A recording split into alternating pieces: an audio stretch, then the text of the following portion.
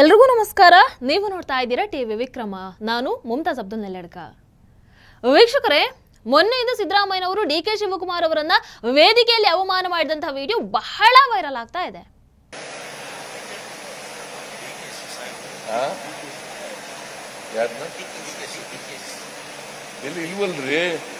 ಒಟ್ಟೋಗಿದ್ದಾರೆ ಕೂತ್ಕೊಳ್ಳಿ. Lawyer DK Shivakumar ಹೊಟ್ಟೋದ್ರು ಬೆಂಗಳೂರಿಗೆ. ಯಾವಾಗಲೂ ಇರೋರ ಹೆಸರು ಹೇಳಬೇಕು ಹೊರತು ಹೊಟ್ಟೋದವ್ರ ಹೆಸರು ಹೇಳಕ್ಕಾಗಲ್ಲ. ವೆಲ್ಕಮ್ ಮಾಡೋದು ಇರೋರಿಗೆ, ಇಲ್ಲಿ ಯಾರ್ಯಾರು ಇದ್ದಾರೆ ಅವ್ರಿಗೆ ಮಾತ್ರ ವೆಲ್ಕಮ್ ಮಾಡೋದು. ಮನೇಲಿ ಕೂತಿರೋರಿಗೆಲ್ಲ ವೆಲ್ಕಮ್ ಮಾಡಕ್ಕಾಗಲ್ಲ. ಗೊತ್ತಾಯ್ತಾ? ನೀವು ವಕೀಲರು ಸ್ವಲ್ಪ ಅರ್ಥ ಮಾಡ್ಕೋಬೇಕು ಇವೆಲ್ಲನೂ. ಬಹಳಷ್ಟು ಮಂದಿ ಅದನ್ನು ನೋಡಿ ವ್ಯಂಗ್ಯ ಮಾಡ್ತಾ ಇದ್ದಾರೆ, ಒಂದಷ್ಟು ಮಂದಿ ಬೇಸರವನ್ನು ಕೂಡ ವ್ಯಕ್ತಪಡಿಸ್ತಾ ಇದ್ದಾರೆ. ಇವತ್ತು ನಾನು ಬಂದಿರುವಂತದ್ದು ವ್ಯಂಗ್ಯ ಮಾಡೋದಕ್ಕಂತೂ ಅಲ್ಲ. ಡಿಕೆ ಶಿವಕುಮಾರ್ ಅವರಿಗೆ ಆ ರೀತಿ ಅವಮಾನ ಮಾಡಬಾರದಿತ್ತು ಸಿದ್ದರಾಮಯ್ಯನವರು. ಅಂತಹ ತುಂಬಿದ ಸಭೆಯಲ್ಲಿ ಆ ರೀತಿ ಮಾತಾಡಿದ್ದು ನನಗೆ ಯಾಕೋ ಸರಿ ಕಾಣಿಸ್ಲಿಲ್ಲ. ಯಾಕೆ ಅನ್ನುವಂಥದ್ದನ್ನ ಹೇಳ್ತೀನಿ. ವೀಕ್ಷಕರು, ಇವತ್ತು ರಾಜ್ಯದಲ್ಲಿ ಕಾಂಗ್ರೆಸ್ ಅಧಿಕಾರಕ್ಕೆ ಬರೋದಕ್ಕೆ ಕಾರಣ ಡಿಕೆ ಶಿವಕುಮಾರ್ ಅವರು. ಪಕ್ಷ ಸಂಘಟನೆಯನ್ನ ಮಾಡಿರುವಂತದ್ದು ಡಿಕೆ ಶಿವಕುಮಾರ್ ಅವರು. ಕರ್ನಾಟಕದಲ್ಲಿ ಕಾಂಗ್ರೆಸ್ ಗೆಲ್ಲೋದಕ್ಕೆ ಕಾರಣ ಡಿಕೆ ಶಿವಕುಮಾರ್ ಅವರು. ಕಾಂಗ್ರೆಸ್ 135 ಸೀಟ್ ಗೆಲ್ಲೋದಕ್ಕೆ ಕಾರಣ ಡಿಕೆ ಶಿವಕುಮಾರ್ ಅವರು. ಇಷ್ಟೆಲ್ಲ ಮಾಡಿರುವಂತ ಒಬ್ಬ ವ್ಯಕ್ತಿಗೆ ಒಂದು ತುಂಬಿದ ಸಭೆಯಲ್ಲಿ ಅಂತಹ ಅವಮಾನವನ್ನ ಮಾಡ್ತಾರೆ ಅಂತ ಹೇಳಿದ್ರೆ ಪಾಪೊಬ್ರು ಬಂದು ಹೇಳ್ತಾರೆ ಅವ್ರು ಏನ್ ತಪ್ಪು ಹೇಳಿದ್ರು ಅಂತ. ಉಪಮುಖ್ಯಮಂತ್ರಿಗಳು ಇದ್ದಾರೋ ಇಲ್ವೋ, ಆರಂಭದಲ್ಲಿ ಇದ್ರು, ಆ ಗೌರವವನ್ನ ಸೂಚಿಸಬೇಕು, ಸ್ವಾಗತ ಮಾಡಿ ಅನ್ನುವಂಥ ನಿಟ್ಟಿನಲ್ಲಿ ಪಾಪ ನೆನಪಿಸಿದ್ರಪ್ಪ. ಅದಷ್ಟು ದೊಡ್ಡ ತಪ್ಪಾಗಿ ಹೋಯ್ತು ಸಿದ್ದರಾಮಯ್ಯನವರೇ. ಅವರ ಮೇಲೆ ಏನೋ ಅಪರಾಧ ಮಾಡಿದ ಹಾಗೆ ರೇಗುವಂಥದ್ದು ಏನಿತ್ತು ಅದರಲ್ಲಿ?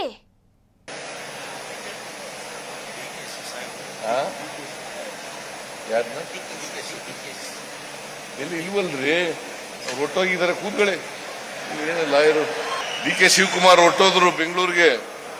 ಯಾವಾಗಲೂ ಇರೋರ ಹೆಸರು ಹೇಳಬೇಕು ಹೊರತು ಹೊಟ್ಟೋದವ್ರ ಹೆಸರು ಹೇಳಕ್ಕಾಗಲ್ಲ. ವೆಲ್ಕಮ್ ಮಾಡೋದು ಇರೋರಿಗೆ, ಇಲ್ಲಿ ಯಾರ್ಯಾರು ಇದ್ದಾರೆ ಅವ್ರಿಗೆ ಮಾತ್ರ ವೆಲ್ಕಮ್ ಮಾಡೋದು. ಮನೇಲಿ ಕೂತಿರೋರಿಗೆಲ್ಲ ವೆಲ್ಕಮ್ ಮಾಡಕ್ಕಾಗಲ್ಲ. ಗೊತ್ತಾಯ್ತಾ? ನೀವು ವಕೀಲರು ಸ್ವಲ್ಪ ಅರ್ಥ ಮಾಡ್ಕೋಬೇಕು ಇವೆಲ್ಲನೂ. ಆಯ್ತು, ಅಲ್ಲಿ ಸಿದ್ದರಾಮಯ್ಯನವರ ಮಾತಿನ ಲಾಜಿಕ್ ಪ್ರಕಾರನೇ ನಾವು ನೋಡೋಣ. ಇಲ್ಲದೆ ಇರುವಂತವರನ್ನ ಯಾಕೆ ಸ್ವಾಗತ ಮಾಡಬೇಕು? ಇದು ಸಿದ್ದರಾಮಯ್ಯನವರ ಪ್ರಶ್ನೆ ಆಗಿತ್ತು, ಹೌದಲ್ವೋ?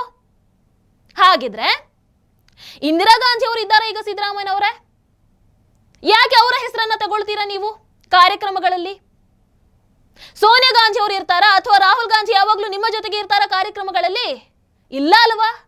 ಹಾಗಿದ್ರೆ ಅವರ ಹೆಸರನ್ನ ಯಾಕೆ ಹೇಳ್ತೀರಿ ಯಾವಾಗ್ಲೂ? ಡಿಕೆ ಶಿವಕುಮಾರ್ ಅವರ ಹೆಸರನ್ನ ಕೇಳಿದ ಕೂಡಲೇ ಯಾಕೆ ಅಷ್ಟು ಹುರ್ಕೊಳ್ತೀರಾ ಸಿದ್ದರಾಮಯ್ಯನವರೇ? ವೀಕ್ಷಕರೇ, ಏನೇ ಹೇಳಲಿ ಅಥವಾ ಸಿದ್ಧಾಂತ ಯಾವುದೇ ಇರಲಿ, ಇದೊಂದು ಪಕ್ಷ ಸಂಘಟನೆಯ ವಿಚಾರದಲ್ಲಿ ನಾವು ನೋಡೋದಾದ್ರೆ ಇಡೀ ದೇಶದಲ್ಲಿ ಕಾಂಗ್ರೆಸ್ನಲ್ಲಿ ಚುನಾವಣಾ ಚಾಣಕ್ಯ ಅನ್ನುವಂತ ಹೆಸರು ಯಾರಿಗಾದ್ರೂ ಇದೆ ಅಂತ ಹೇಳಿದ್ರೆ ಅದು ಡಿಕೆ ಶಿವಕುಮಾರ್ ಅವರಿಗೆ. ಬಿಜೆಪಿಯಲ್ಲಿ ಅಮಿತ್ ಶಾ ಜಿ ಅವರನ್ನ ನಾವು ಹೇಗೆ ಚಾಣಕ್ಯ ಅಂತ ಹೇಳ್ತೀವೋ, ಕಾಂಗ್ರೆಸ್ನಲ್ಲಿ ಯಾರಾದ್ರೂ ಹಾಗೆ ಇದ್ರೆ ಅದು ಡಿಕೆ ಶಿವಕುಮಾರ್ ಅವರು.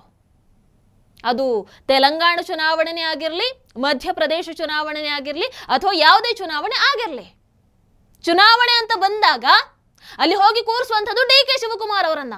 ಅವರು ಗೆಲ್ಲಿಸಿಕೊಡ್ತಾರೆ ಅನ್ನುವಂಥ ನಂಬಿಕೆ. ಅಷ್ಟೆಲ್ಲ ಪಕ್ಷಕ್ಕಾಗಿ ಒಬ್ಬ ವ್ಯಕ್ತಿ ಮಾಡ್ತಾ ಇರುವಾಗ ಅದು ಅಂತಹ ತುಂಬಿದ ಸಭೆಯಲ್ಲಿ ಒಬ್ಬ ಮುಖ್ಯಮಂತ್ರಿಯಾಗಿ, ಸಿದ್ದರಾಮಯ್ಯನವರ ಒಬ್ಬ ಮುಖ್ಯಮಂತ್ರಿಯಾಗಿ ನೀವು ನಿಮ್ಮದೇ ಪಕ್ಷದ ಅಧ್ಯಕ್ಷರಿಗೆ ಈ ರೀತಿ ಮಾತನಾಡಿರುವಂಥದ್ದು ಎಷ್ಟು ಸರಿ ಅನ್ನುವಂಥದ್ದು ನಮ್ಮ ಪ್ರಶ್ನೆ. ಯಾಕೆ ನೀವು ಒಕ್ಕಲಿಗ ವಿರೋಧಿನ ಸಿದ್ದರಾಮಯ್ಯನವರೇ? ಅಲ್ಲ, ನನಗೆ ಗೊತ್ತಿಲ್ಲ. ಯಾಕಂದ್ರೆ ಇವತ್ತು ನೀವು ಕಾಂಗ್ರೆಸ್ಸಿಗೆ ಹಾರಿ ಬಂದು ಇಲ್ಲಿ ಏನೇ ಆಗಿರಬಹುದು, ಆದ್ರೆ ನಿಮ್ಮ ರಾಜಕೀಯ ಪರಮಗುರು ದೇವೇಗೌಡರು ನಿಮ್ಮನ್ನ ಉಪಮುಖ್ಯಮಂತ್ರಿವರೆಗೂ ಮೇಲಕ್ಕೆ ತಂದಂತಹವರು ದೇವೇಗೌಡರು.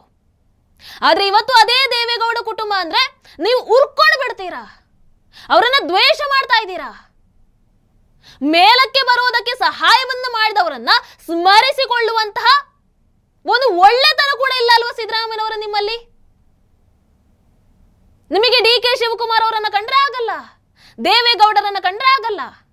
ಹಾಗಾಗಿ ಒಂದು ಕಡೆಯಿಂದ ಸಿದ್ದರಾಮಯ್ಯನವರು ಒಕ್ಕಲಿಗ ವಿರೋಧಿಯಾಗಿ ಕಾಣ್ತಾರೆ, ಇನ್ನೊಂದು ಕಡೆ ಸಿದ್ದರಾಮಯ್ಯನವರು ದಲಿತ ವಿರೋಧಿ ಕೂಡ.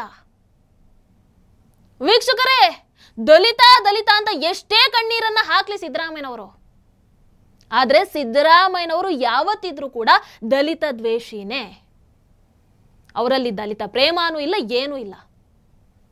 ಯಾಕೆಂತ ಹೇಳ್ತೀನಿ, 2013 ಡಾಕ್ಟರ್ ಜಿ ಪರಮೇಶ್ವರ್ ಅವರು ದಲಿತ ಅಧ್ಯಕ್ಷರಾಗಿದ್ರು. ಅವತ್ತವರು ಮುಖ್ಯಮಂತ್ರಿ ಆಗುವಂತ ಎಲ್ಲ ಅವಕಾಶ ಇತ್ತು, ಆದ್ರೆ ಅವರು ಗೆಲ್ಲಬಾರ್ದು. ಪರಮೇಶ್ವರ್ ಅವರು ಗೆದ್ರೆ ಅವರು ಮುಖ್ಯಮಂತ್ರಿ ಆಗಿಬಿಡ್ತಾರೆ ಅನ್ನುವಂಥ ಒಂದು ಸ್ವಾರ್ಥ ಯೋಚನೆಯನ್ನ ಇಟ್ಕೊಂಡು ಅವರನ್ನ ಚುನಾವಣೆಯಲ್ಲಿ ಸೋಲಿಸಿ ಬಿಡ್ತಾರೆ. ಅವತ್ತವರು ಸೋಲೋದಕ್ಕೆ ಕಾರಣ ಇದೇ ದಲಿತ ಪ್ರೇಮಿ ಸಿದ್ದರಾಮಯ್ಯನವರು ಅನ್ನುವಂಥದ್ದು ಪ್ರತಿಯೊಬ್ಬರಿಗೂ ಗೊತ್ತು. ಸಿದ್ದರಾಮಯ್ಯನವರ ನಕಲಿ ದಲಿತ ಪ್ರೇಮದ ಬಗ್ಗೆ ಖಂಡಿತವಾಗ್ಲೂ ವಿಸ್ತಾರವಾಗಿ ಮುಂದಿನ ಕಾರ್ಯಕ್ರಮದಲ್ಲಿ ನಾನು ಬರ್ತೀನಿ ನಿಮ್ಮ ಮುಂದೆ.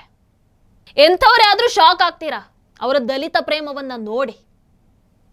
ವೀಕ್ಷಕರು, ಇನ್ನು ಲಿಂಗಾಯತರನ್ನ ಕಂಡ್ರೂ ಕೂಡ ಸಿದ್ದರಾಮಯ್ಯನವರಿಗೆ ಆಗಲ್ಲ. ಶಾಮನೂರು ಶಿವಶಂಕರಪ್ಪ ಇವರನ್ನ ಸೈಡ್ ಲೈನ್ ಮಾಡಿದ್ರಿ, ಹೀಗೆ ಬಹಳಷ್ಟು ಮಂದಿಯನ್ನ ಸೈಡ್ ಲೈನ್ ಮಾಡಿದ್ರಿ. ಅಂದ್ರೆ ನಿಮ್ಮ ಸ್ವಾರ್ಥಕ್ಕೋಸ್ಕರ ನೀವು ಅದೆಷ್ಟು ಕಮ್ಯುನಿಟಿ ಅವರನ್ನ ದ್ವೇಷ ಮಾಡ್ತಾ ಇದ್ದೀರಾ ನೋಡಿ ಸಿದ್ದರಾಮಯ್ಯನವರೇ.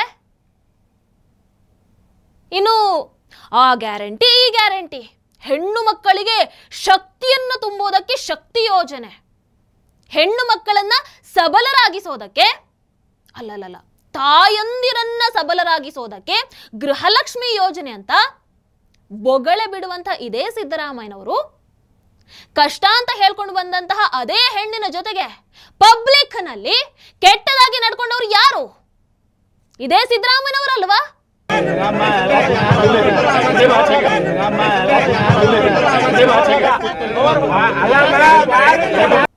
ಅಧಿಕಾರಿಗಳು ಯಾರೇ ಆಗಿರ್ಲಿ, ಅಧಿಕಾರಿಗಳು ಅಂತಲ್ಲ ಎಂಥವರೇ ಆಗಿರ್ಲಿ, ಅವರೊಂದು ಪೊಸಿಷನ್ ನಲ್ಲಿ ಇದ್ದಾರೆ ಅಂತ ಹೇಳಿದ್ರೆ ಅವರೆಲ್ಲರೂ ಕೂಡ ಆ ಶ್ರಮವನ್ನ ಪಟ್ಟಿರ್ತಾರೆ, ಆ ಕಷ್ಟವನ್ನ ನೋಡಿರ್ತಾರೆ. ಅವರಿಗೂ ಕೂಡ ಗೌರವ ಮರ್ಯಾದೆ ಎಲ್ಲವೂ ಕೂಡ ಇರುತ್ತೆ, ಕೊಡಬೇಕು. ಸಿದ್ದರಾಮಯ್ಯನವರು ಮುಖ್ಯಮಂತ್ರಿ ಆದ ಕಾರಣಕ್ಕೆ ಅಧಿಕಾರಿಗಳನ್ನ ಕೆಟ್ಟದಾಗಿ ನಡೆಸಿಕೊಳ್ಳಬಹುದು. ತುಂಬಿದ ಸಭೆಯಲ್ಲಿ ಅದು ಯೂನಿಫಾರ್ಮ್ ನಲ್ಲಿರುವಾಗ ಕೈ ಎತ್ತಿ ಅವಮಾನವನ್ನ ಮಾಡಬಹುದು. ಇದು ಒಬ್ಬ ಮುಖ್ಯಮಂತ್ರಿ ನಡೆದುಕೊಳ್ಳುವಂತಹ ರೀತಿ.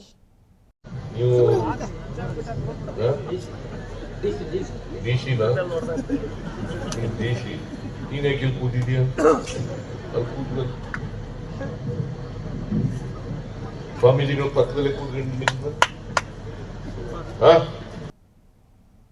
ಇವತ್ತು ನಿಮ್ಮ ವಯಸ್ಸಿಗೆ ಯಾರಿಗಾದ್ರೂ ರೆಸ್ಪೆಕ್ಟ್ ಕೊಡಬೇಕು ಅಂತ ಅನ್ಸುತ್ತಾ ಸಿದ್ದರಾಮಯ್ಯನವರೇ? ಖಂಡಿತ ಇಲ್ಲ. ಹಳ್ಳಿ ಭಾಷೆಯಲ್ಲಿ ನಾವು ಮಾತಾಡೋದೇ ಹಿಂಗೆ, ನಮ್ಮ ಭಾಷೆನೇ ಹೀಗೆ ಅಂತ ಏಕವಚನದಲ್ಲಿ ಏನೇನೋ ಮಾತಾಡ್ತೀರಾ.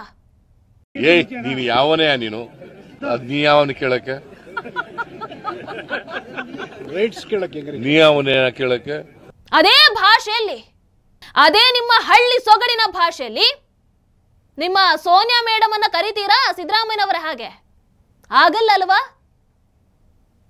ಪತ್ರಕರ್ತರು ಏನು ಕೇಳೋ ಹಾಗೆ ಇಲ್ಲ ನಿಮಗೆ. ಏನು ಹೇಗೆ ಅಂತ ರೇಗೋದಕ್ಕೆ ಬರ್ತೀರಾ. ನಿಮ್ಮನ್ನ ನೀವು ಏನಂತ ಅನ್ಕೊಂಡಿದ್ದೀರಾ ಸಿದ್ದರಾಮಯ್ಯನವರೇ? ನಾವೇನು ನಿಮ್ಮ ಆಳುಗಳ? ಅತ್ತೂ ಕರೆದು ವೋಟ್ ಭಿಕ್ಷೆ ತಗೊಂಡು ಆ ಕಡೆ ಅಭಿವೃದ್ಧಿ ಕೂಡ ಮಾಡದೆ ನಾಟಕವನ್ನ ಮಾಡ್ಕೊಂಡು ಅಧಿಕಾರವನ್ನ ನಡೆಸ್ತಾ ಇರುವಂತ ನಿಮಗೆ ಇಷ್ಟು ಕೊಬ್ಬಿರಬೇಕಾದ್ರೆ ಇನ್ನು ವೋಟ್ ಹಾಕಿರುವಂತ ನಾವುಗಳು, ಟ್ಯಾಕ್ಸ್ ಕಟ್ತಾ ಇರುವಂತ ನಾವುಗಳು, ಸ್ವಾಭಿಮಾನಿ ಕನ್ನಡಿಗರಿಗೆ ಇನ್ನೆಷ್ಟಿರಬೇಡ.